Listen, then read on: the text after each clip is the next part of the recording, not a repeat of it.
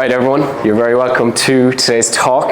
Thanks for having us. The main goal is not to bore you, for starters, because I know you've been in here already this morning. But my name is Kyle Shaughnessy. I'm David Shaughnessy, Kyle's brother. And we work out of Precision Personal Training. So it's our own personal training brand that started just exactly where you are today. I was in GTI with Fionn back in 2019. Yeah, so a good few years ago, and then obviously you all remember COVID, which is so long ago now. COVID came along and it kind of put a stop to all gyms, everything really. Our lives were just on hold, so I couldn't do anything with our PT cert because I was gung-ho. I wanted to get qualified, get into personal training and get started straight away. Obviously from watching Dave growing up through the years PTing, and then Dave went to Canada, and then I was just left with a few weights that I bought on Done Deal in the back of my dad's shed. So had a rusted squat rack and barbell, 150 quid. I worked in a clothes shop in Tuam to save up the money for it, and then went and bought it. And over lockdown, we actually ended up moving the equipment outside, and our neighbours started walking by and they'd see the two of us training, looking jacked enough, yeah. And they popped in and they asked us, would we start training them? Like, one of the oldest client was Joe. Joe was in his 60s. Yeah. Dave started training Joe, and then, like Ollie, you'll be too afraid to start training people at the start. Some of you might be already training people, but I was absolutely terrified to even get started personal training. And then Dave came to me and said, I'm going to Canada, so I have the neighbours here to get training, so start training them. And I was absolutely shitless, and I remember getting paid €20 for it and thinking, this is absolutely insane. I'm after getting paid for something that I love to do. I love to train, I love training people, and I'm after getting a few pound for it. So we're going to go through the progression of the gym as we go on. But Dave can give an intro to him because we want you to know like why you should be listening to us today. This gig is hard. It's a very hard career to be in, no matter who you are, what you do, whether it's in person, online. As you know, it's saturated, it's busy, and it's cutthroat as well. Like there's people out there that are doing well and there's people that are not. We want you doing well and being busy with it. So Dave, you introduce yourself to the guys as well. Hi guys, I'm Dave. So I've been a PT for 9 years now, and as Kyle said, it's definitely a hard gig, but it's one that I feel absolutely privileged to be able to have this job, because I don't know about you, but if this was your first course of action, I went to college and was studying business information, excuse me, I was doing business information systems, and I absolutely hated it. I hated the idea of it. So I dropped out, and then I went and got my first PT cert done back in 2016, like what you guys are doing now. And yeah, it's an absolutely great gig, very rewarding. So the outcomes today for you, like how many actually want to be trainers? Put your hands up. So majority want to train. You don't want to use a stepping stone. You don't want to be a trainer. No insurance purposes. Why? We own a gym. Okay, nice. Okay. So basically we want you to have the skills and confidence to be able to PT people, because it's scary. Like you're starting off, you know what it was like when you first started training in the gym. You're nervous, you're scared, you're worried. Your clients are that. So you got to be the ones that show confidence in them and empower them. That's your job at the end of the day, to empower them. So we want to empower you with the skills to become better personal trainers, better people, and be able to make a few pound in this gig, because you can. Like it's a gig that is rewarding. We all know you can do this course, do it well, and then make your money off it, because you obviously see careers in it. You want to do well in it, but again, it's a very tough industry. So we're going to go through who will hold you back the most in your career, avoid the modern day minefield of new personal trainers rushing to online coaches, and then word of mouth and reputation is going to be main focus. So yeah, go for it there. So we went through who we are and why we're here today, and then we started out just like you. So that's Dave starting out. Dave, you tell them how long ago that is. I had a fine head of hair there, so that's back in that's about 2018, 2019, attempting to get that hairline back. That was one of the gyms that brought on my personal training career, because I really developed as a PT in that gym. Worked on my people skills a lot, which is very important in this gig as well, because obviously you can know a lot, but what you know doesn't matter ultimately if you can't connect with people or you can't establish trust with them. So yeah, that was back in 2018. So this is the first setup that I was talking about. So this is in the back of my dad's shed. So this is the few barbells, squat rack, and then here's one of my first clients, which was my cousin Killian. So when you start out, people mightn't necessarily trust you at the start, but people who know you, your family, your best friends, they'll trust you, and they'll want to give you the twist as well, and give you the business to get your names out there, and give you the opportunity to start coaching. You know, like one of you could say, like, I'll start training one of my best mates for free, or something like that. So I was training my cousin for free at the start, and then it went up to €5, and I still was like, €5, this class. But basically, what I'm showing you here is we were able to achieve results and get people in shape with just that, right? Look at what's outside this door. You mean to tell me you can't get people coming through the doors in Oranmore, Merview, Knocknacara, and getting them in tip-top shape with the equipment and all the tools you have at your disposal? Like, let's say, I know from Sean being a good coach, he can be an asshole, but he's a good coach. He's a good coach, and he can teach you how to program, periodization, all the things that you're covering through your training to help you get clients actual results. So that's the first setup back in 2019 over lockdown, bare bones, like damn all, and that's what we started training our neighbours around. Then moving on, this is the second setup. So I was working in a clothes shop in Tuam, and then I was PTing out of a gym in Claremorris as well, first thing in the morning. So I was going down there and then come back to work in the clothes shop in Tuam, and then I decided to invest what I was making down there into, you've all heard of Steel Tech sheds, so ended up buying a Steel Tech shed that's still at the side of my house. It's now our man cave. We have a pool table and dartboard, but this was a few pieces of equipment gifted by our older brother, and then was able to expand, get a treadmill, get a few more benches, a back extension. Because like one thing we're going to talk about is, no matter if you go down the self-employed route like we did, or if you go working for a gym or subcontracting, whatever you do, you have to be willing to reinvest. You know, so like seeing that you're investing in other courses online or gym equipment, if you go down the self-employed route, like I see Mikey, you were investing in a course online bodybuilding. You got to keep upskilling, you got to keep improving, you got to keep leveling up your education, because like you'll have to find your niche as well, and you want to niche into the type of people you want to train.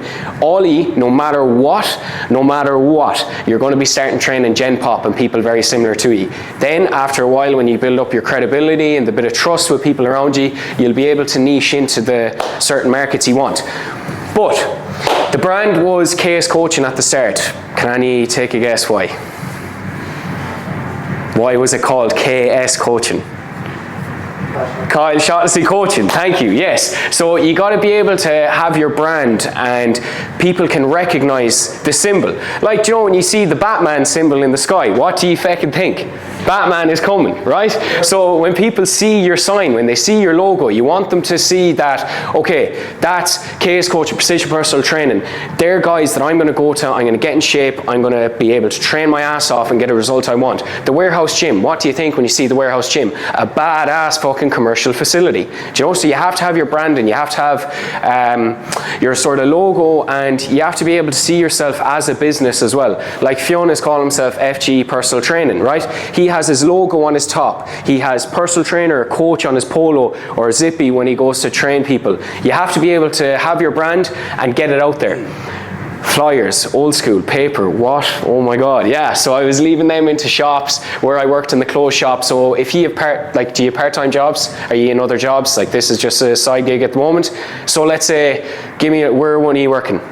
Duns, perfect, right? You're at the checkout. Maybe you just have a few business cards sitting there on the sly, and people, you're there scanning bread, whatever through, and then they're like, what's this? And then you're able to sell. It's like, okay, yeah, I'm a personal trainer, I subcontract into the warehouse, my packages are X, I provide 10 sessions, boom, boom, boom, you're able to sell it. Here's my business card. They're going to look you up. They're going to go on, like here, phone number, email, Facebook, and Instagram.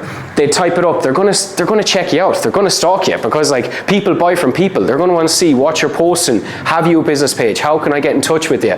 All of the above. So you got to be able to build your brand. And then talking on camera.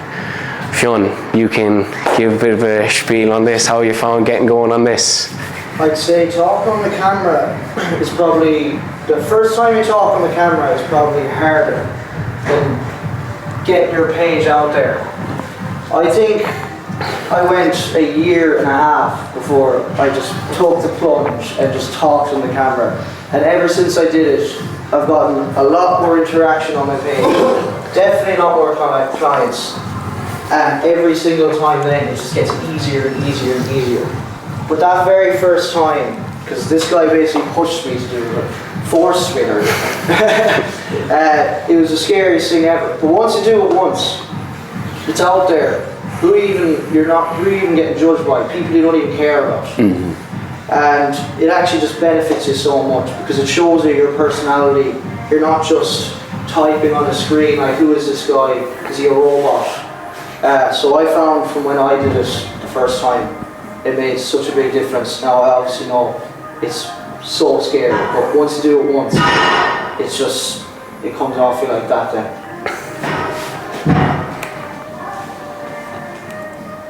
Here's the gym today. So basically from the gym at the side of the house, obviously we're going to go into some points on building your reputation and how to actually build your reputation as a good personal trainer. One of the main things that I touched on there was reinvesting. So like reinvesting in gym equipment. Some of you might notice this cable stack here. So I ended up buying that from the warehouse guys here. But we went from a shed at the back of the house, training people around a quad, a fridge, freezer, farm tools, the whole lot, you name it. My dad had it in the shed, to being able to have a 2-floor facility in Tuam right beside the motorway to get us to here. And it's right in the outskirts of Tuam. It's busy. There's 2 floors. That's upstairs and that's down, right? And now we've just added, if you hit there, Dave, we've added a recovery suite. So we've added ice bath, jacuzzi, another ice bath, and a sauna as well. So again, it's like trying to constantly scale up and develop. And one thing you have to learn is no matter what niche you're going into, you have to know their pain points. What are they struggling with? Like what do you think most people struggle with coming into the gym here? Confidence. Unreal? Motivation. Unreal. So what do you think they'll need?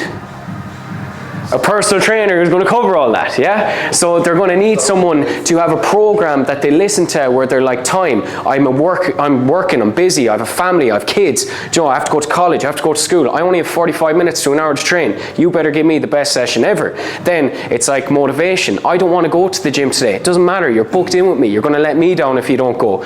Confidence, having someone there beside them. This gym is scary, it's fucking huge, right? We walk in and we're coming from a private facility of 2 floors. We're walking in saying, whew, this is some setup in here. It's intimidating. So if you're beside them there and you're providing them with that confidence and empowering them, you're getting at their pain points. Because like you have to meet clients where they're at in this gig, and you can't assume, you just have to listen. We have 2 of these, 1 of these for a reason, use them. Okay, so this going back to reinvesting then as well. But what should be your main focus as a personal trainer? What do you think? People. Yeah. Go on, something else? I was going to say helping people. Anthony? The best service you can. Reputation. Katie? Mikey? Providing just the best service you can. Anything else? Jimmy? Motivation. Yeah. Okay, you're all right. So Dave, you just hit that there. People, results, reputation, finding your niche. So you said people, Mikey, results, and then Katie, reputation, and then finding your niche as well, because there will come a point where like you're training Gen Pop, or like you're kind of repeating the process over and over again, and then you're like, okay, there's something that I'm more into, like let's say it could be high rocks, it could be bodybuilding, it could be nutrition, it could be gut health, it could be pregnant women. Like there's such variety in this gig where you just choose your niche. So we're going to go through each of these points. Dave, you can take people there. Yeah, so it starts with people. I love when Kyle asks, like, what are people looking for? And two of you guys said motivation and, was it accountability? Or was it confidence? Confidence, yeah. So, like, oftentimes people know what to do. We've so much information out there today. People need to be reminded that they can do it.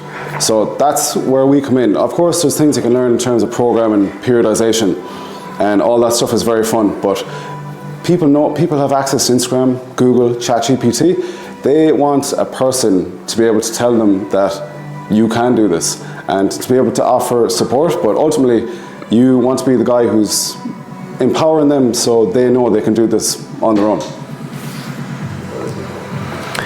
So no matter if it's online coaching or in-person PT, be a people person. Don't be an asshole. Do you know, like, everyone's trying their best no matter what it is, no matter if it's you as a coach, no matter if it's a client. Like, we're all trying our best. We're all gymming to be better and do better.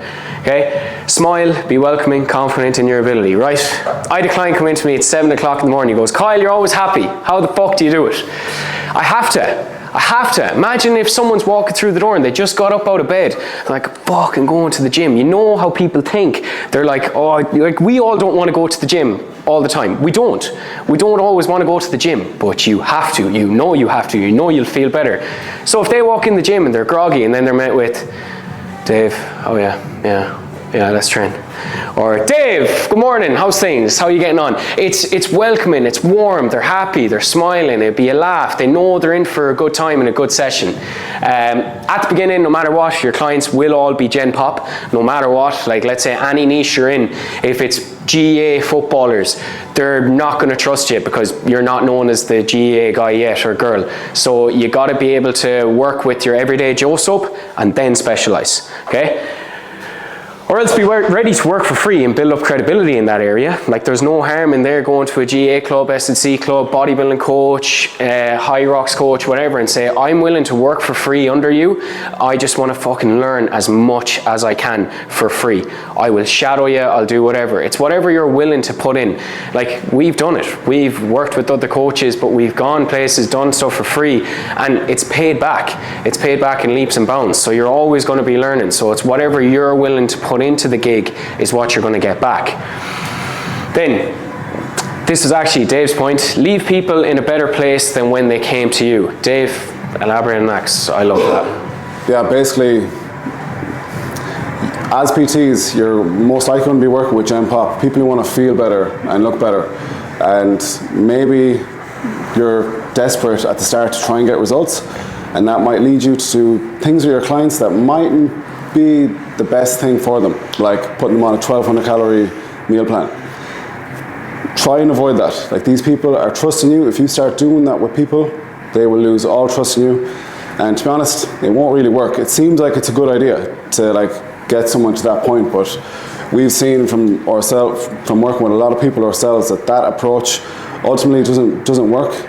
And yeah, it just doesn't produce the results you want with people. It wrecks the trust with the trainer and the client. And you want people to leave the gym, not just only getting a result, but having a positive relationship with the gym experience as well. A lot of the time people come to the gym, they don't love it as much as you're going to love it. We're getting into this because we really love this job. But people, they won't feel the same about the gym, at least not in the beginning. So if you can change someone's outlook towards the gym, fantastic. Then, results. A client should leave the gym thinking, I couldn't have done that without him or her. I got that from Nick Mitchell. He's used to be owner of Ultimate Performance Gyms. His biggest thing is a personal trainer needs to be there to drag them through a session that they would not have done themselves. They got to be thinking, damn, I couldn't have done that session without Fionn, without Mikey, no matter what.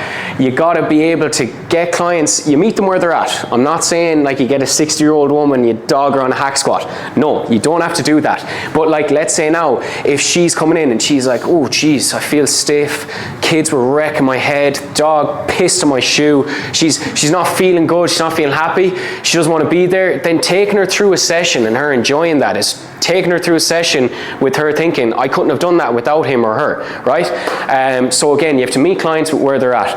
Proper programming and nutrition tailored to the client. This course, having this guy here, as much as I slag him, it's worth its weight in gold, because there's some absolutely shit courses out there, and some of the people already that have come out from working with Fionn are already doing pretty good.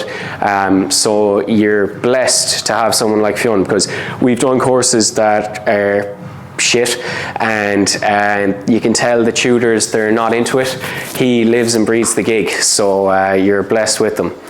Okay, results differ from all clients all the time. This is why the job is so enjoyable. Like this morning, I could have a guy coming in who's in his 30s, who's ready to rock, he's ready to train, he's trying to get in shape for a holiday. The next minute then, I could have Rory, my client, who's 67, deadlifts 185 kilos, he's a beast, he runs from air square to tube square, he's just an animal. And then the next minute, I could have a woman in her 20s who's never gymmed before, who's terrified, and you're taking her through her first session, and she's terrified of, like, let's say, coming into a gym, scary, big weights. So you have to be able to adapt and wear a lot of masks in this gig as well, because like you're not going to be screaming at an older woman saying 5 more reps like you would with someone who's maybe a more advanced lifter who you know is going to be, like, let's say, doing a shoot or a show or just getting jacked for a holiday. And then here's some of the results we've gotten with clients. So you might know, like, Killian Cawley there. So with results, not all your clients are going to be a result, but when you get them, go for it. Oh my God, go for it. Work their ass off, and they will give it back as well. They'll enjoy the process too. So you can flick through them there.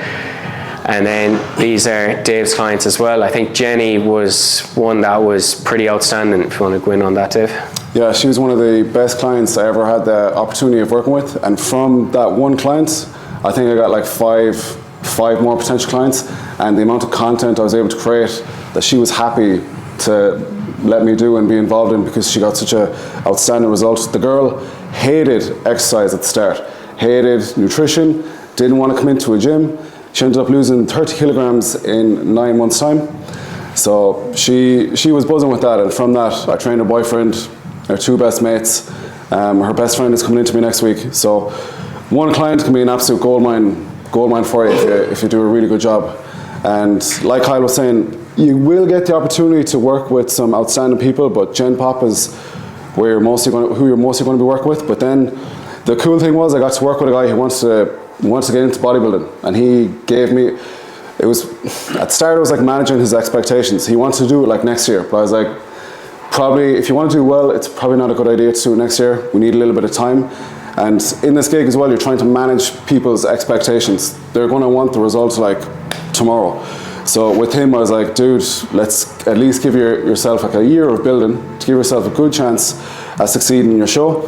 COVID came, the shows got cancelled, which was a blessing in disguise, because he trained for another extra year, put on more mass.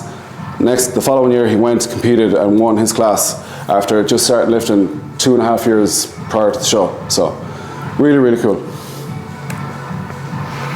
How to build a reputation as a good personal trainer. So, number 1, results. People come through the door, they're gonna wanna be better than when they came to you, okay? So don't think money at the start, think results and building a name, right? Too often people go into personal training, they're gonna be like, yeah, you can make 6 figures online and 5K months and all this crack. And it's unrealistic. It's like managing a client's expectations with the result. Like, think, if you can improve your brand, the money will follow, right? Improve your brand, like let people know you're the guy or you're the girl in Galway or in Oranmore in the warehouse to get people in shape, okay? Consistency. Showing up every day for this course is an example that will lead into your work. No matter what, you have to work around people's work schedules, so you'll be starting early. This gym opens at, what, 5:30 in the morning? Yeah, so you'll be coming in at like 5:30 and you'll be finished up around 9 or 10 o'clock, and then you'll have a break to do your own training, your own cooking, your own prepping, because like obviously we have to practice what we preach as well, and then you're back in for an evening stint of PTs. So it's a very, very, very difficult job. It's not easy easy. You have to be an energy bunny. You have to be on the ball all the time. You have to be like that, confident, smiling, approachable. So like it's a very draining job, but I think if you're consistent with it, it does pay off. If you're consistent with, like, let's say, if you do go down the road of in-person PTing, if you're consistent with PTing people every single day, you're going to learn where your limit is and where, like, let's say you want to diversify into in your niche, and then you'll be even rewarded even more, because you'll be like, okay, now I'm at the point where I'm training the type of people I want to be training. I'm loving what I do. I'm working the hours I'm working. But at the start, you got to work like an absolute dog and be super, super consistent with it. There's no other way. There's no other let up. You got to get your name out there. You got to be hungry, and you got to throw the kitchen sink at it at the start. Then professionalism. Wear a uniform, look like a personal trainer. Don't train someone in a pair of pajama looking pants or something like that. Wear your gym gear, have your brand on it preferably. Don't be on your phone during a PT session. That is a pet peeve that I see all the time in commercial gyms. And be punctual, be on time. Like, people are paying you for the hour, 45 minutes to be there with them. Have the respect to be there on time. We all can have the odd morning where we can be sick or dealing with stuff and we're off the ball. That happens. That's life. We're all human. Not expecting you to be like the Terminator or something where you're on the ball 24/7. But have respect for your clients to be showing up and be presentable. Don't be coming in like rough as a bear's arse, scratching your eyes, like, oh my God, yeah, we're going to train, yawning. No. You got to be on the ball, looking fresh, looking clean, in your PT gear, and take them through their session. I'll also add to that as well. If they're paying you for that hour, some people will want to exercise and just vent. You don't do that with them. Like, you will establish a good relationship with your clients because you'll be trained with them for a very long time. But don't use that as an hour for you to vent, to tell them about your problems. They're paying you. If they want to do that, let them do that. But that's something that sounds obvious, but some PTs are guilty of letting that happen, and then word of mouth, which we'll get to, that gets around, and someone will hear it back. Word of mouth. Do not always chase new clients. Look after the ones you have. Provide the odd free session. Reward loyalty. Obviously, again, no phones while you're PTing people. Jesus Christ, it's a horrible look. It's a horrible look. Because, like, any gig you're in, if you're in Dunn's and you're at the checkout and you're on your phone, a manager is going to come up and slap that out of you and be like, what are you at? So why do it when people are paying you like 40, 50, 60 euro an hour? Right? It's a lot of money, and usually they're going to pay up front in blocks. So they'll give you 50 euro per 10 sessions. You're getting 500 quid from one client, right? One client, and you have the cheek to take out your phone. I'm not saying you're going to do it, but just be aware of it. Don't be doing that sort of stuff. Then obviously, with the client, like, you've all heard of fail to prepare, prepare to fail, right? Have your systems in place. Like, when a client walks through the door with us, we have our consult. We sit down in a part of the gym and it's chill and we're having the chat, having the crack, getting to know them. But then it's like, okay, where are we going with this? What is our programming plan? What sheets are we going to use? What kind of software are we going to use? These are all things we weren't made aware of in any of our courses starting out as PTs. We weren't. We had to figure all this out by ourselves. We didn't even have any like guest speakers or anyone come in the field to our PT course that year because there was fucking no one was even doing it, and now it's everywhere. But just have an idea of how you're going to work with the client.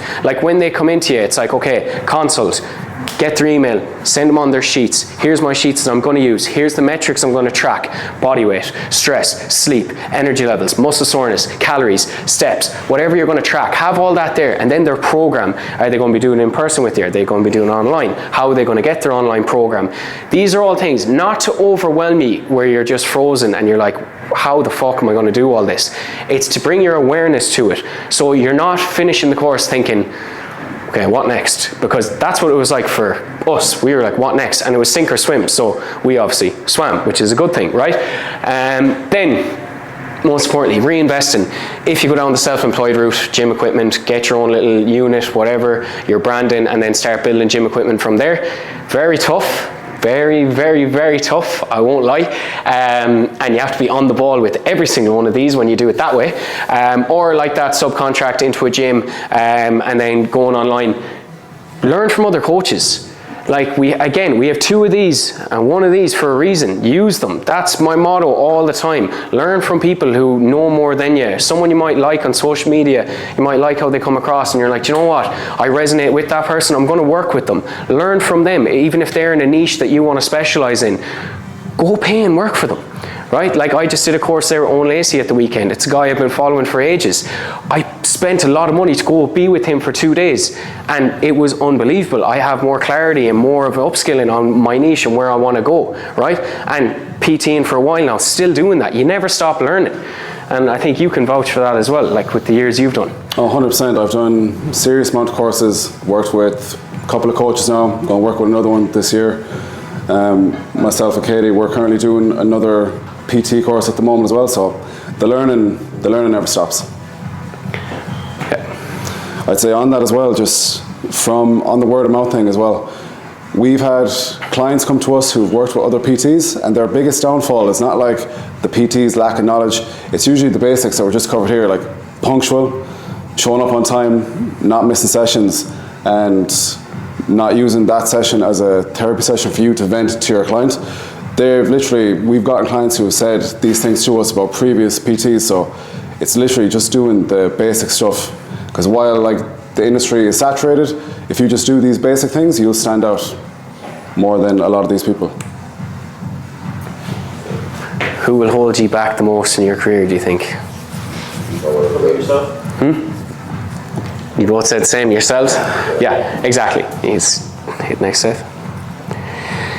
Imposter syndrome, we've all heard about it, we all have it no matter what, still to this day, because like that we're comparing ourselves to people who are so far afield in other gigs and in other avenues, and we're like, Jesus Christ, like I'm nowhere near where they are, but comparison can be the thief of joy to a certain degree, because there's good comparison and bad, but don't let it get too overwhelming to a point where you get stuck and you don't move at all, right? Like we're all trying our best, we're all trying to do better and improve, and just remember, those above don't punch those below. So like no matter what, you're going to be the one that will hold yourself back the most, not family, friends, no matter what, you'll be the only one that will stop, because you're the one that's in control of your life, right?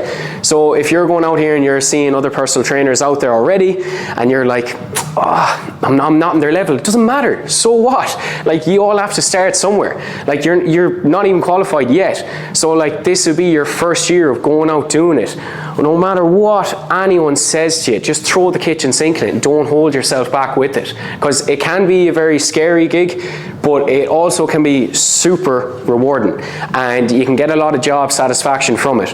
Like the guys tell you, Dave, Katie and Fionn from PT and full-time, like you hit the pillow at night and you're like, do you know what, I made a difference. If you're doing 10-hour days PTing, you're like, I made a difference in 10 people's lives, which has a domino and a ripple effect to their families, their friends, and you're improving their lives and becoming a better person for them, but like you're going to improve as well, because you're upskilling as a PT, but you're upskilling as a person as well. You're not an asshole. Do you know, there's nasty people out there, especially in this gig, and you have to be careful of that. So just try not to hold yourself back.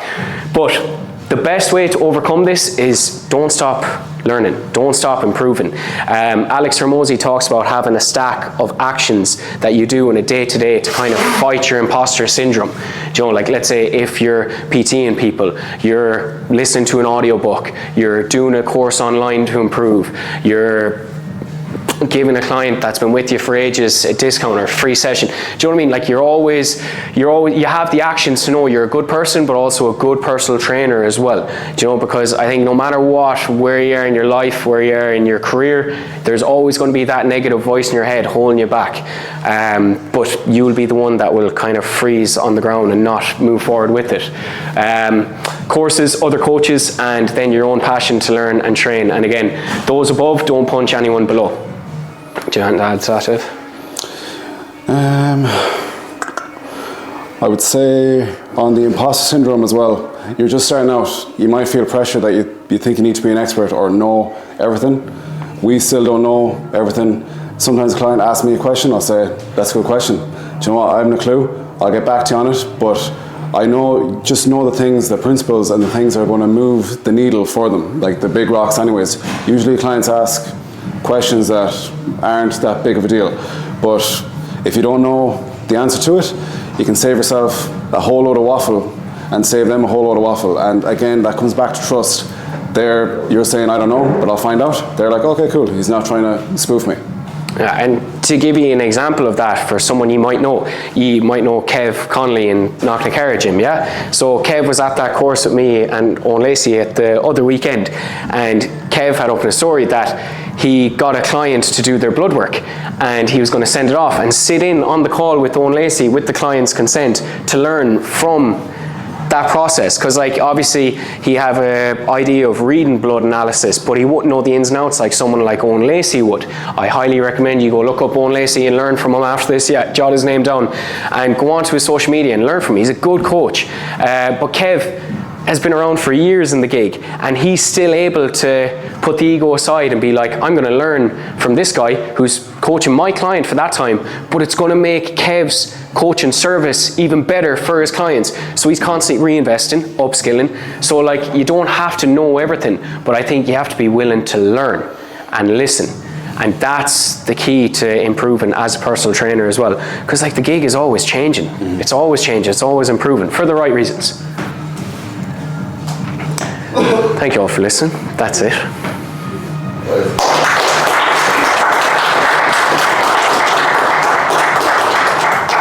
Any questions? Go on. Let it sink for a second. Why did you just go with the self, like, right, why did you just kind of think of no other option. It was COVID. Yeah. No other option. And like that, I worked for like a clothes shop in Tuam and worked in Soup Valley, and I realised I didn't want to fucking work for anyone, listen to anyone. So I think if you're like that and you're willing to graft and you're confident in your ability, and I think you have to kind of know what you're working towards.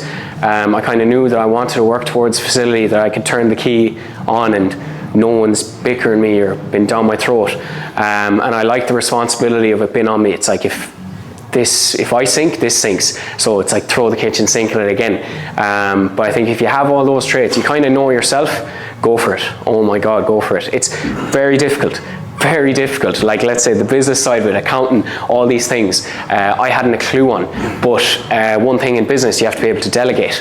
And I think learning that was a big thing for me, delegating. If I don't know something, I don't care about admitting it, I will admit that. But I'll find someone who does know and is good at it and pay them for their service. There's pros and cons too of having your own facility. Like someone's coming in, again, someone might be more comfortable coming in with you one-to-one in your own place with no one else around or very few people around compared to a commercial gym. Not that a commercial gym is bad, but pros and cons. It's the environment, yeah. And is that why you just kind of went to like the one-to-one in person stuff? Because obviously online is so popular now. I feel like everyone's like, oh, I just want to work. We do both. We do both. So it's like PT and Monday to Saturday and then online calls over the weekend then as well and during the week. You can do both. You don't have to specialize in one. I would recommend at the start, definitely in-person PTing, because like that's where the money is. Like if you're going to be looking for online clients at 200, 300, 400 quid a month, people buy from people, you have to have credibility, they have to trust you, they're not going to do that. And like online coaching gets a bit of stick as well, where it's like, oh, what do you do? Just sit at a laptop and that's it. There is more to it, but I think you develop the skills to become a good online coach from being in person.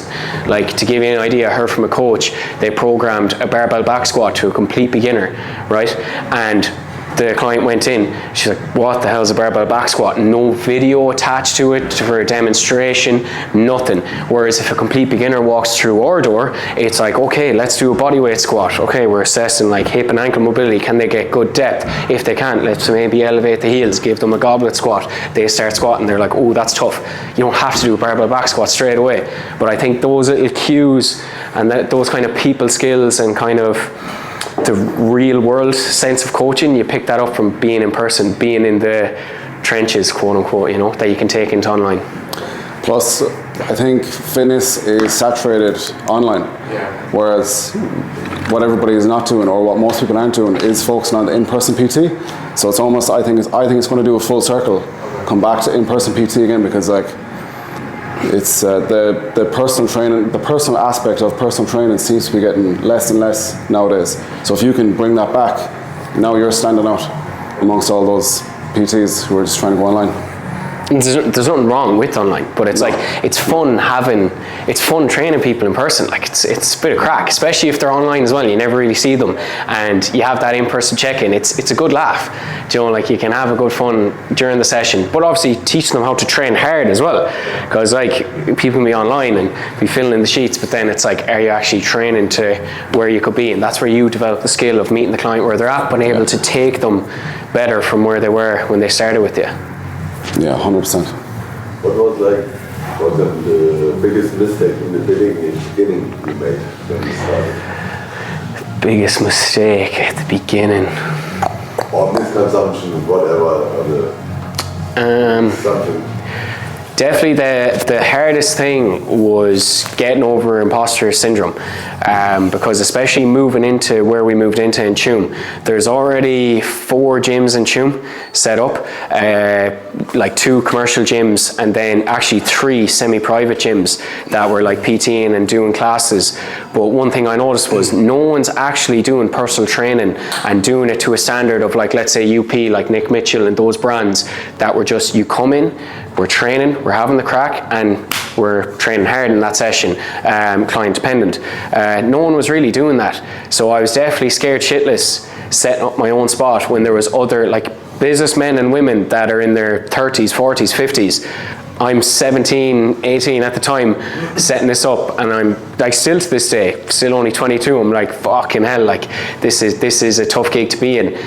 So I definitely think like your own imposter syndrome and kind of fearing what other people in the gig would think you.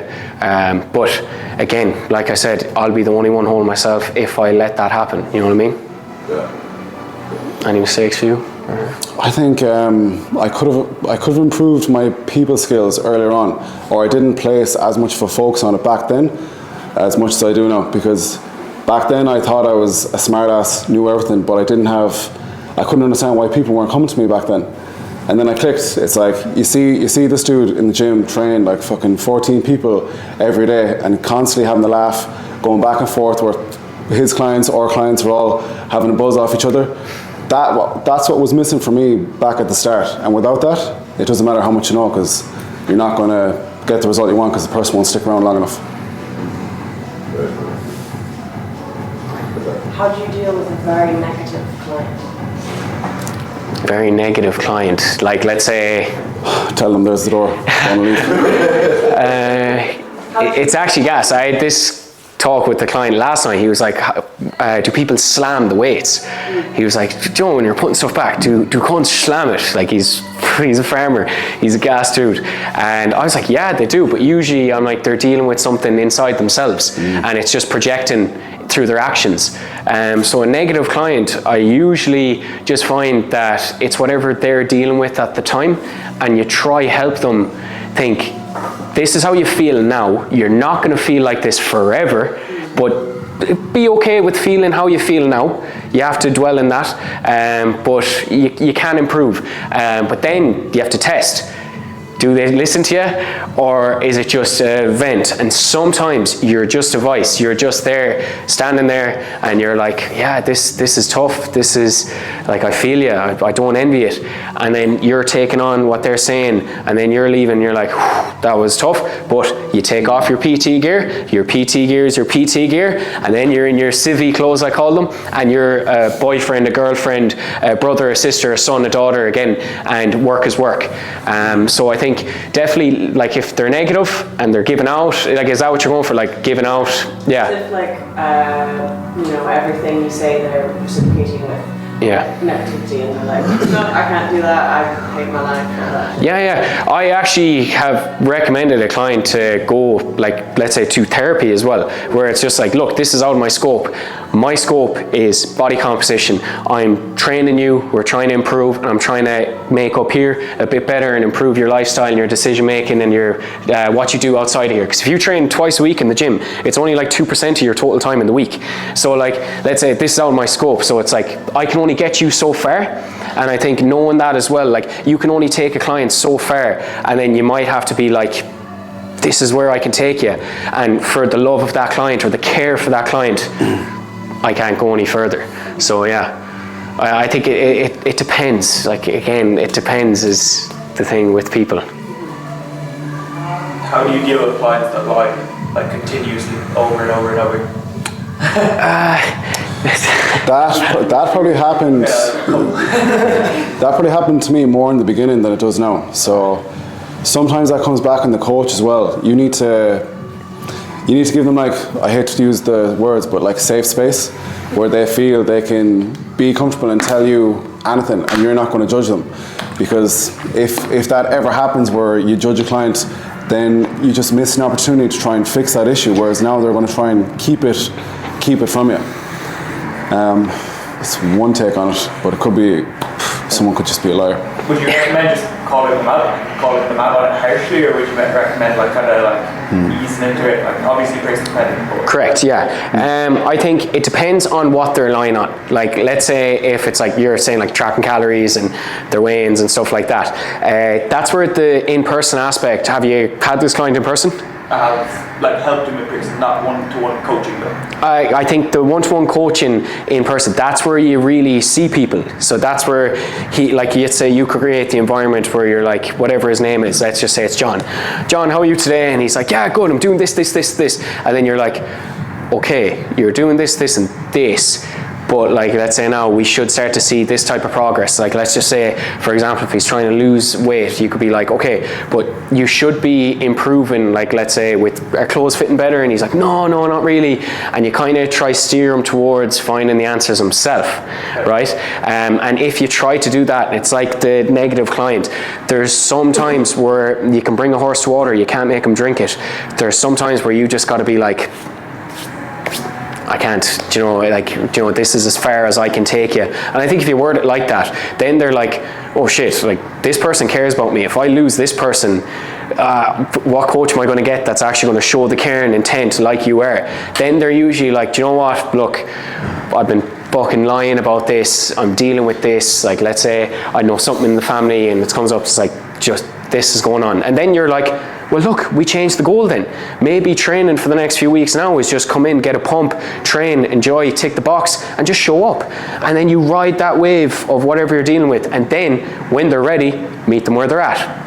Then we try lose weight for a holiday or something like that. Do you know what I mean? Yeah. How did you know the client was lying, and what was it about? Sorry? How did you know the client was lying? Like simple things like they track like 120 kg plus tracking 1800 calories, saying he's not losing weight. And I know, well, he's like, I'm not even telling him eat 1800 calories, but that's all he's tracking. So it's like he tracks for half the day, and I have a feeling he eats loads in the evening, just takes those. So in that case then, maybe he's struggling with that calorie amount, and then without calling him out, you can say, hey dude, I think we should increase your calories. I did that. Yeah, and what was the response? And he's still doing the same thing and only tracking up to like Get him to stop tracking. Okay, cool. Because he's thinking tracking, he's thinking calories, he's thinking restriction. Straight, it doesn't matter the figure. He is thinking, I'm tracking, I'm on plan. You need to get him to an idea where he's like, I'm not on a plan.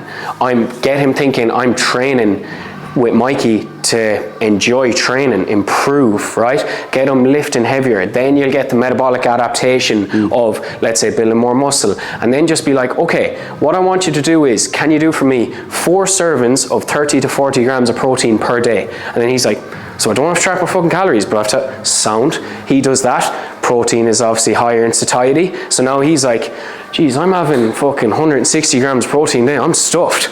And then he's training, and you're tracking his sessions, and he's getting incremental gains over time, progressively overloading. And now he's like, geez, I'm starting to train, and I'm feeling better. And now you've changed the mindset of, let's say, tracking to, I'm getting 160 grams of protein, let's just say arbitrary figures, and I'm training 3-4 days a week and progressing, win, tick, tick, starting a good cycle of wins here. Because like, again, you have to meet him where he's at. That dude, by the sounds of it, 120 kilos plus, he is not ready for calories. It's a great point. Like, a lot of people, if they come to you and they're paying you, it doesn't mean they're actually ready to change or ready to do the things that they say they want to do. So that's why often at the start I said, be careful about, like, avoid putting people on like a meal plan at 1200 calories, whether bulking or cutting, extremes. So usually we try and get people, we try to build structure and good habits around them eating around their maintenance. So it makes things like a little bit easier. They're trying to instill a new habit, make that easier on them by keeping them around maintenance, get them enjoying the training, and then once they've seen the results from that and they've got more comfortable, then it's like, okay, now how about we take the calories down? What would you like to do? Would you like to lose a little bit more weight, tone up, see more predictable weight loss in the scale? And then usually they're in a better spot to say, yeah. Because like not everyone's going to track calories. Do you know what I mean? Like I had a carpenter come into me there Thursday night. He's 52, and he's like, he hasn't even a clue. Have any ever heard of the Cadanese diet? Cadanese diet, basically. He was telling me, I didn't even hear of it. I was like, what the fuck is that? And he was like, he was doing it, and I was like, dude, I was like, this is crazy. But then I took the approach of like, because when a client starts, if you start it off in a negative of like, take out this, take out this, take out this, they're going to be like, okay, he's put me in that restrictive take out, fuck this guy, right? If you're like, look, we're going to add in, he's going to think, I'm coming to this guy and he's getting me to add in stuff. It's the psychology of it, and you learn this as you go on. Try not to get too bogged down in it, because again, you can't fix everyone, but you will be able to kind of sharpen your tools to know how to navigate situations. With the client like that, he ain't tracking just yet. Like this carpenter guy, he's not tracking. This guy is a beat up lower back, trap. Like we went through some mobility work, taking him through a bodyweight squat, and he's like, fuck, that's tough, out of breath. It's like, that's fine. But I say to him, you're going to laugh at this session after 10 with me when you're putting, like, let's say a 20 kg dumbbell in your hands and you're doing a goblet squat, and you're like, damn. And then you're able to lift your kids better. And that's where then the reward of your work comes in, because it's like, Joe, I picked up my son without going, ugh, so I can throw him up now. That's where then you're like, fuck yeah, this is class, you know? It's a good point as well on their perception and the psychology of a client as well. They sometimes when people first come into us, they're ready to get going. They're like, I want to do 3-4 sessions a week. Sometimes we say to clients, even though it's less money for us, we're like, no, I recommend you start with 2. And they're like, but it's because you're trying to get them to build momentum. That's why you're trying to make things easier on them in the start. Whereas if they start with 3 sessions and they have to pull a session back, or they start with 1,800 calories, and it's like, okay, we're not going to do the diet now, we're going to go back up to maintenance. Although, hypothetically, yeah. Just saying, it's like, in their head, they're at a loss. Whereas if you just start small and start giving them those little wins, they start building momentum. And then maybe 12 weeks down the line, like Jenny, the girl who lost 30 kilos, after 12 weeks, she was like, I want to do a 3rd session. She was in the right spot to do that 3rd session at that time. But it shows you care. Do you know what I mean? Like that's the big thing there. You care about them. You want to help them. And I think that, bring it back to that every time. Like if you hear that and you're like, Jesus Christ, how did he go from tracking to getting him not tracking, but kind of getting him hitting his protein? Don't be scared by that stuff. They're all things that you will learn and develop over time from doing this, learning from coaches who've done it and asking them, because I've asked the same things. I've worked with a guy called Paul Dermody. I would ask him things like, man, I'm hounding this client to do this. I'm on their case. I'm trying to help them. And then he would come in with the perspective of, take them off the diet, take them off the restrictive calories. Do you know? So like, you're going to learn all these things. So try not to get too overwhelmed with it. Jesus, like you're trying your best. You care. You want to help them. That's the main thing. Do you know? Unless you see them as fucking, they're 500 quid, and that 500 quid, I want to get more 500 quids. But no, you're seeing them as the person. He's 120 kilos. You're trying to help him. You know data on him. They're good signs straight away. So don't get too overwhelmed by even that alone. Like, you're going to learn all the time.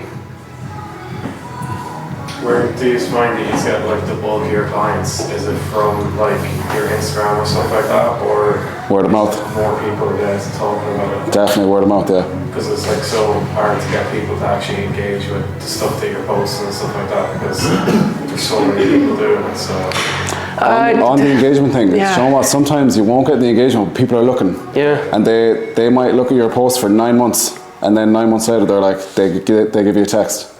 So don't worry about the engagement too much. If it's good content, you know it's going to help someone, and you're speaking to your niche, that person might reach out to you a year or 2 years down the line. Yeah, like, do you know what you're saying there, not getting engagement? Who are you trying to talk to? Yeah. Who's your avatar you're selling to? I suppose just the general. Go find out. You don't have to tell me straight away. Go think about it. Write down your piece of papers there. Who is the avatar I'm selling to? Do you know? Like, are you selling to people in Dublin? No, because they're in fucking Dublin. They're not going to travel 2 hours on the motorway to come. So there you go, you're breaking it down. We're selling to people in Tuam, 5, 10, 15 kilometres outside that area. What's their common issues? Fat loss, building muscle, hitting new PRs on certain lifts, all these things that they're afraid of. Make sure you're talking to the avatar you want to sell to. So like, let's say, for example, people in Oranmore here, it could be young guys in Oranmore who want to build muscle and get jacked and get strong. Well, you're like, what do they want? You're that. So it's like, okay, I want a program. So they have to have a good program. Then it's like, how many days can they train? They're young, they have time, they can spend 2 hours in the gym. So they're going to be training 4-6 days a week.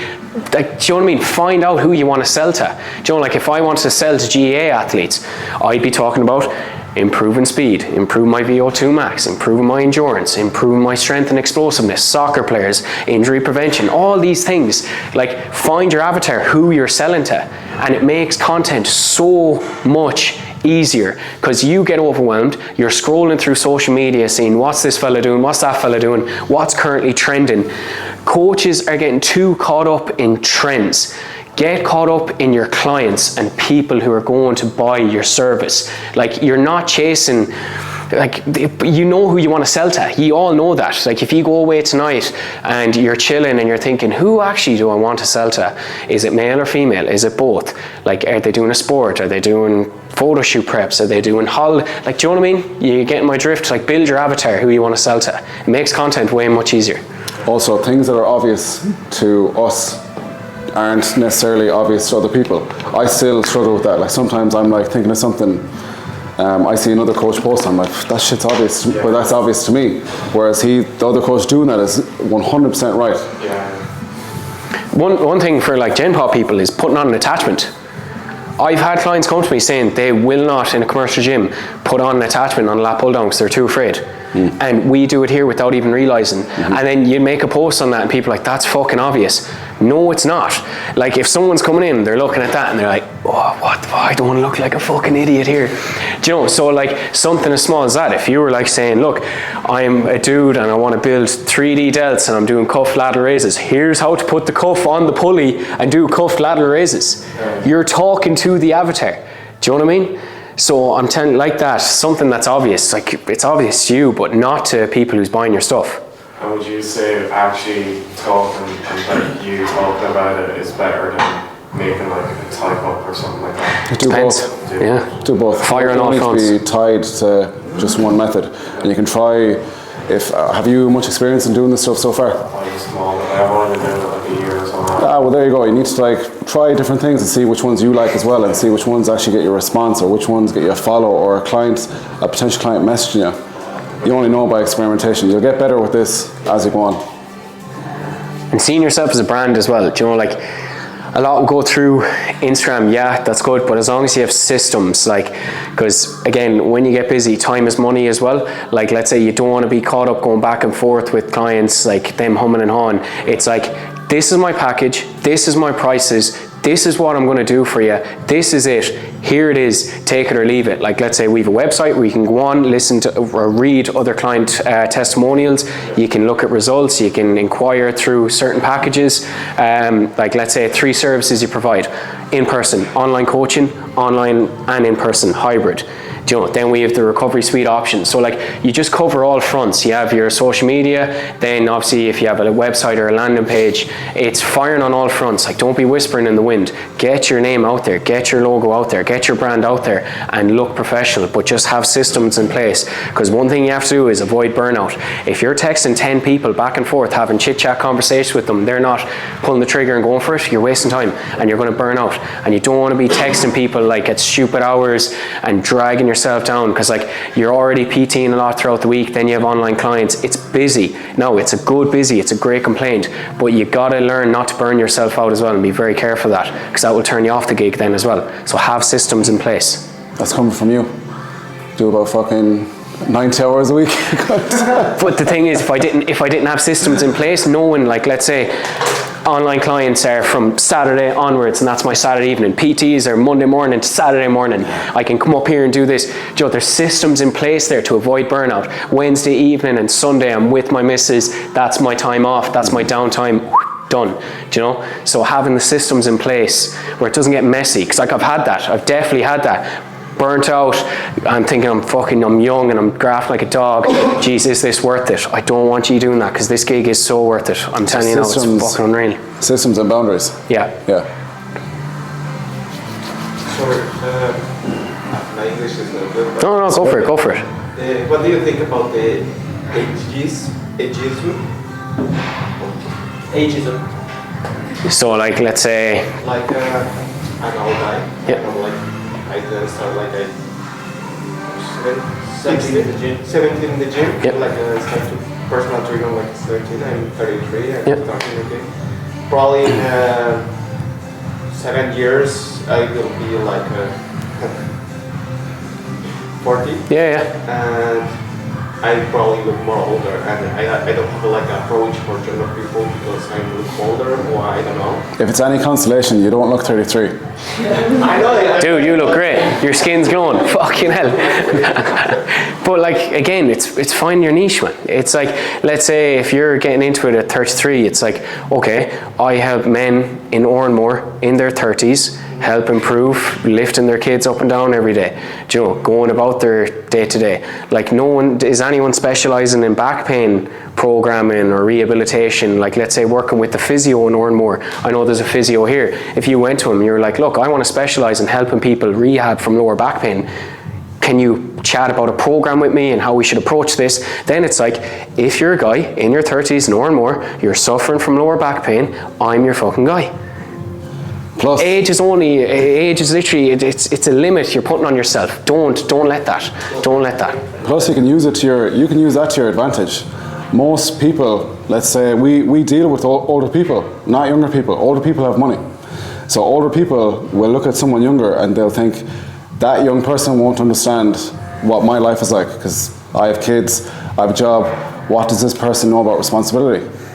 So that could be a pro for you, that you are a little bit older and mature. Yeah. Don't let that hold you back. Oh my God. Already you seem like a warm, cool, welcoming guy. Jesus, don't let that hold you back. Oh my God. But does that make sense with like, you can niche into that sort of side of it? Do you know? Like, remember, like, build your avatar of who you want to sell to and then find the pain points, okay? So plus, don't worry about that. There's been trainers who've started older than you. There's been people who've started in their 40s and 50s and they've managed to do a good job, so.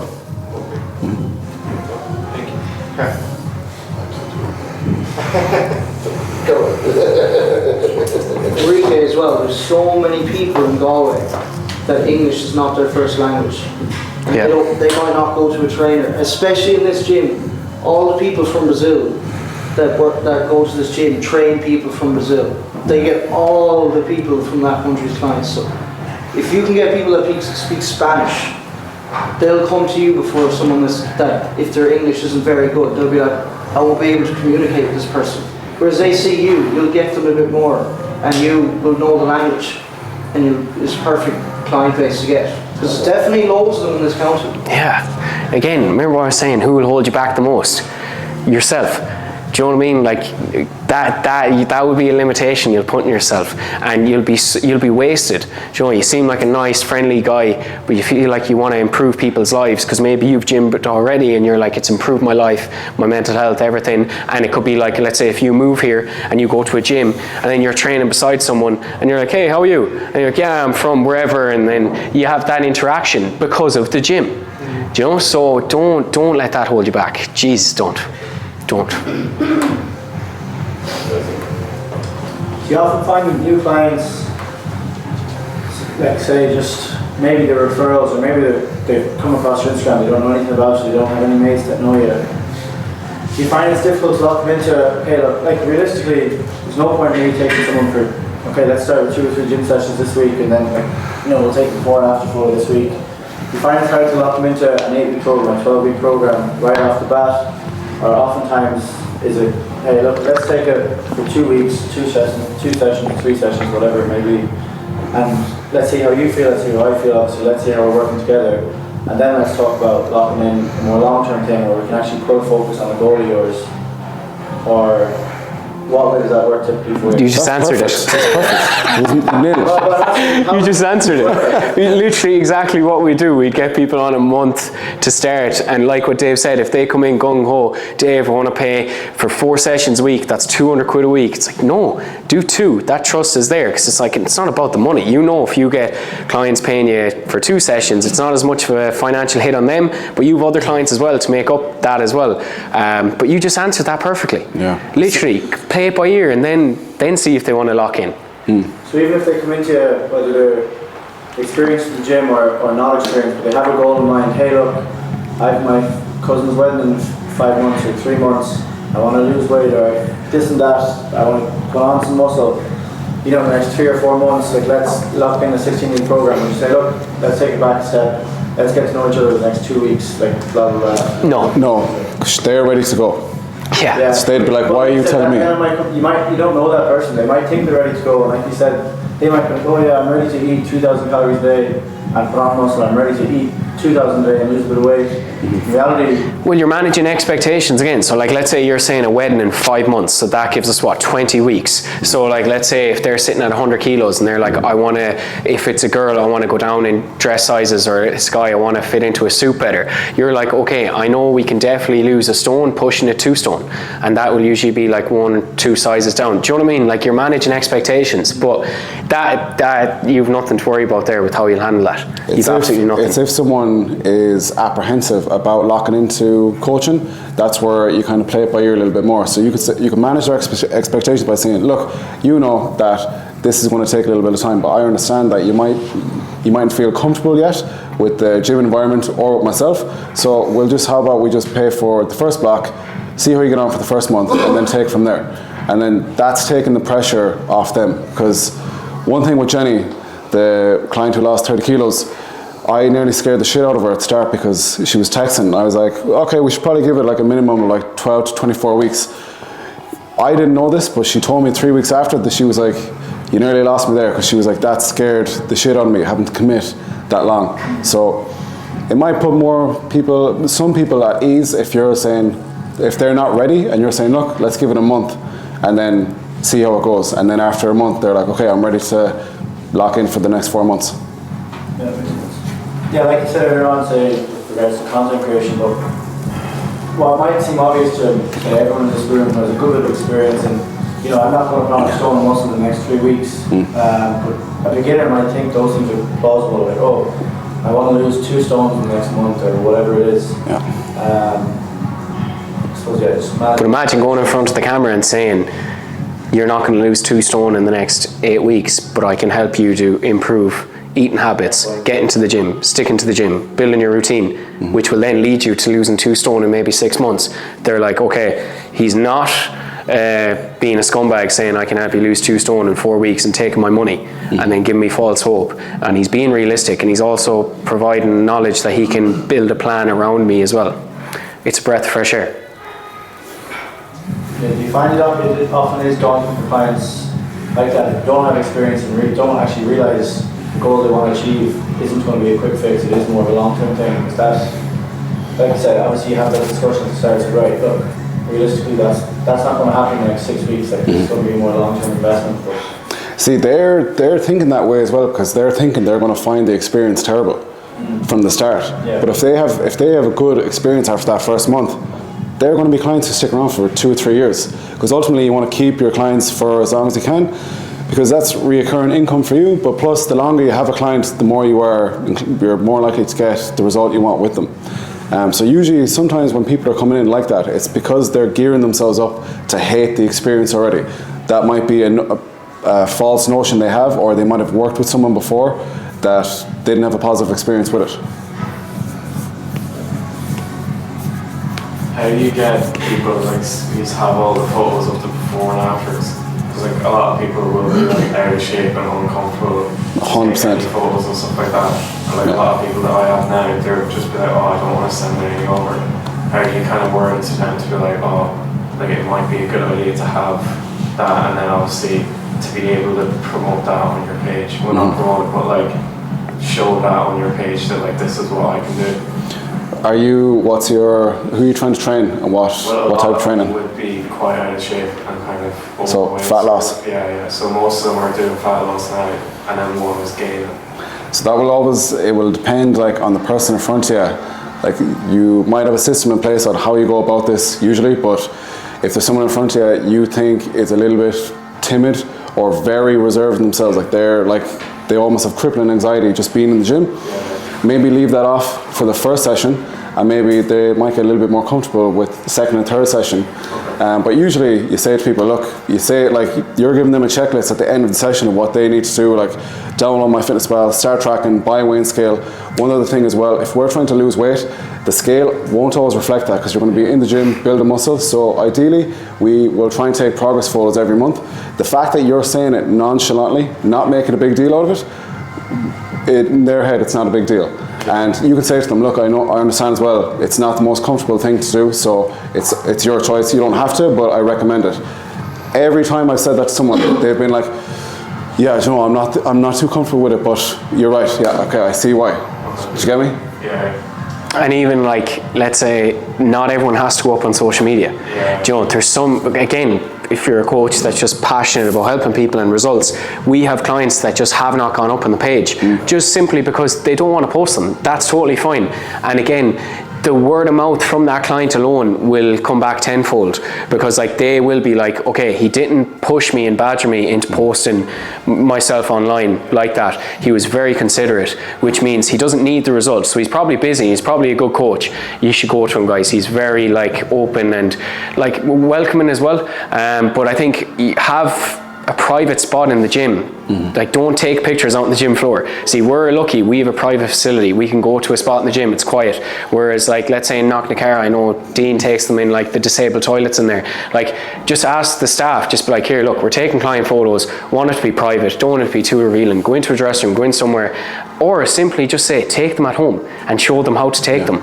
Set it up on the windowsill, stand there, do your poses, what you want to track, lock them away. Because like, one thing is, I had a lady lose a lot of weight, and the first thing she said was, I wish I took photos. So then I use that when I'm saying it to clients, I'm like, look, exactly like that. You don't have to take them, but the best way of seeing progress is proof in the pudding.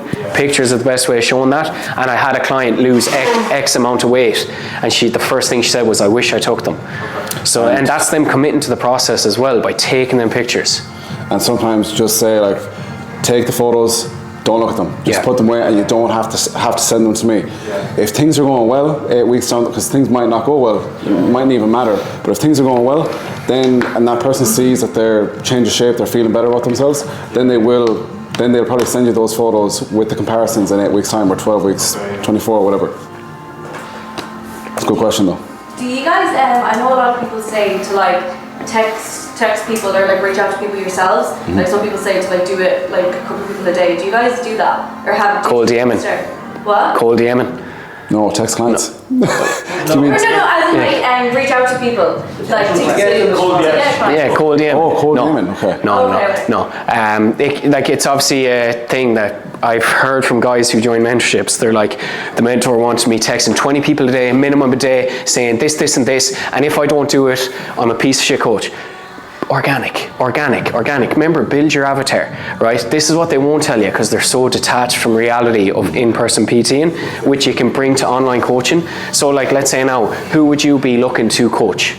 Me? Yeah. Probably general population at the start. Cool. So then you know what it was like when you went into a gym for the first time, yeah? Yeah. Talk about that. Meet them where they're at. Like, let's say, how old are you? 19. Young girls coming in here would be scared shitless. Absolutely scared shitless. So how do you think you're going to come across online? If you want to book in an in-person PT with me, here's my scheduling link, or just simply DM me. I'll take you through your first session, and we can go through a PT session. I'll help you build your confidence in the gym. I'll make you realize it's not as scary as what you think, and then you can plug your coaching packages then and be like, here, let's do 8 weeks in person, and then you transition to online or whatever. I think be organic. Come across how you want to come across on social media, because we've had clients who start with us, show us these cold DM messages.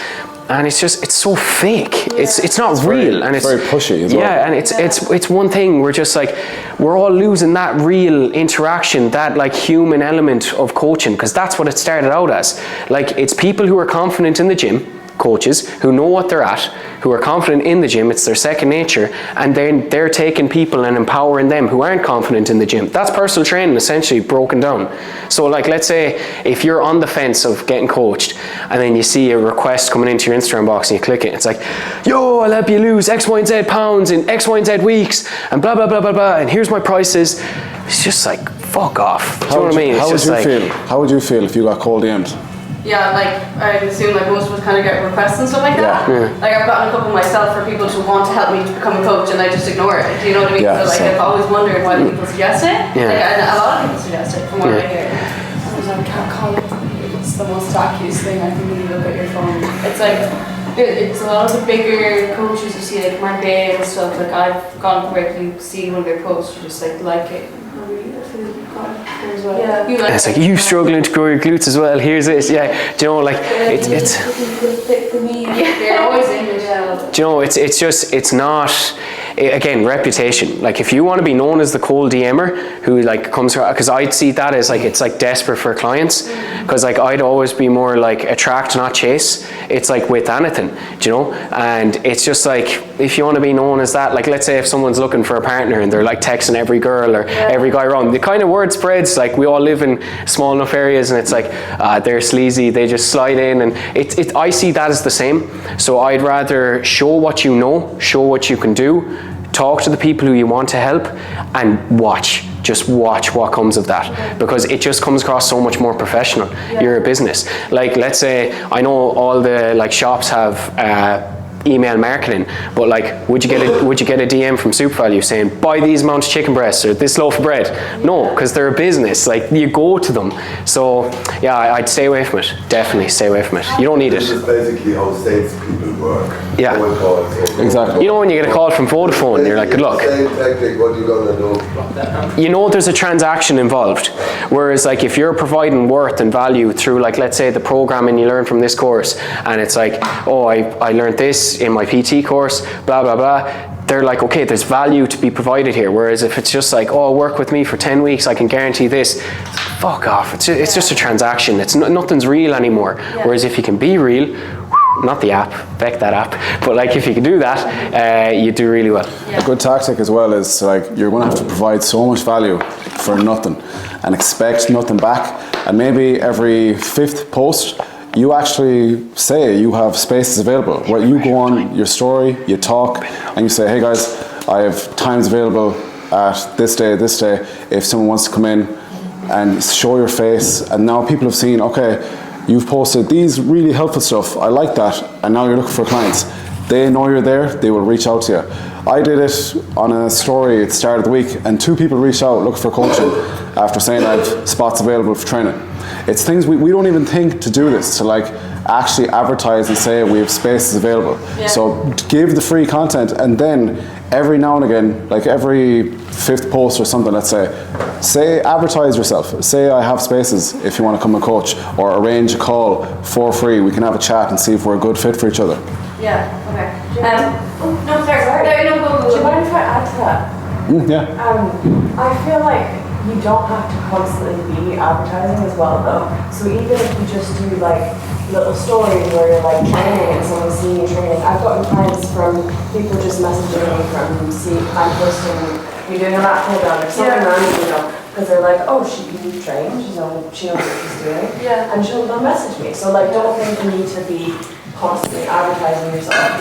People are watching you, so just and like with content as well, like you don't need to constantly be being really informative or really knowledgeable about things. Just like post your dinner on your story or your like little things like that, and shows you're a real person and you're not just like this like I'm a PT, buy my glute program, blah blah, you know. So just be authentic and people will engage with you. Yeah. Okay, so that's very helpful. Thanks, guys. Also, another question.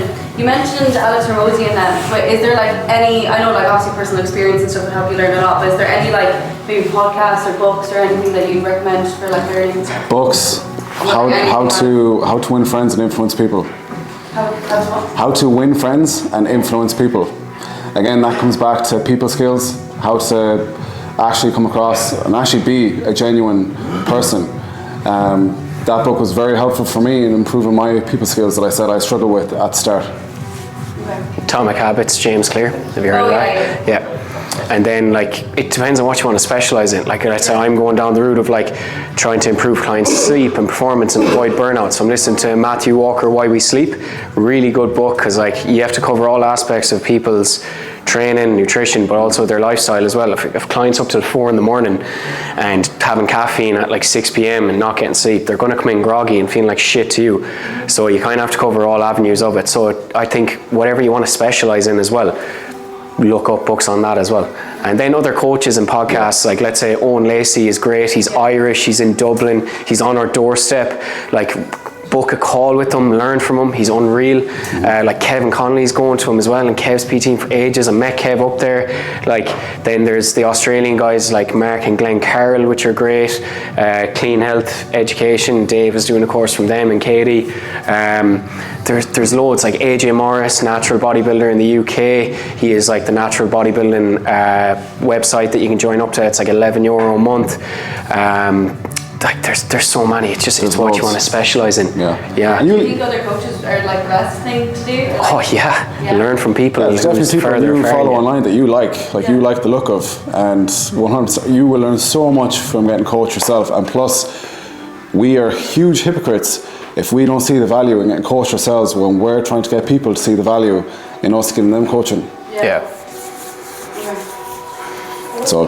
Website name that you were saying, the natural bodybuilding. NBW is the abbreviation. It's natural bodybuilding worldwide. Yeah, it's like €11 a month. It's unreal. Like client logs on it, videos, like let's say prep videos, all that. It's great. Great. At the start, would you recommend to look for anyone as clients, or find your niche first and then start? Because there's pros and cons for both. Yeah, look for anyone. Get your name out there.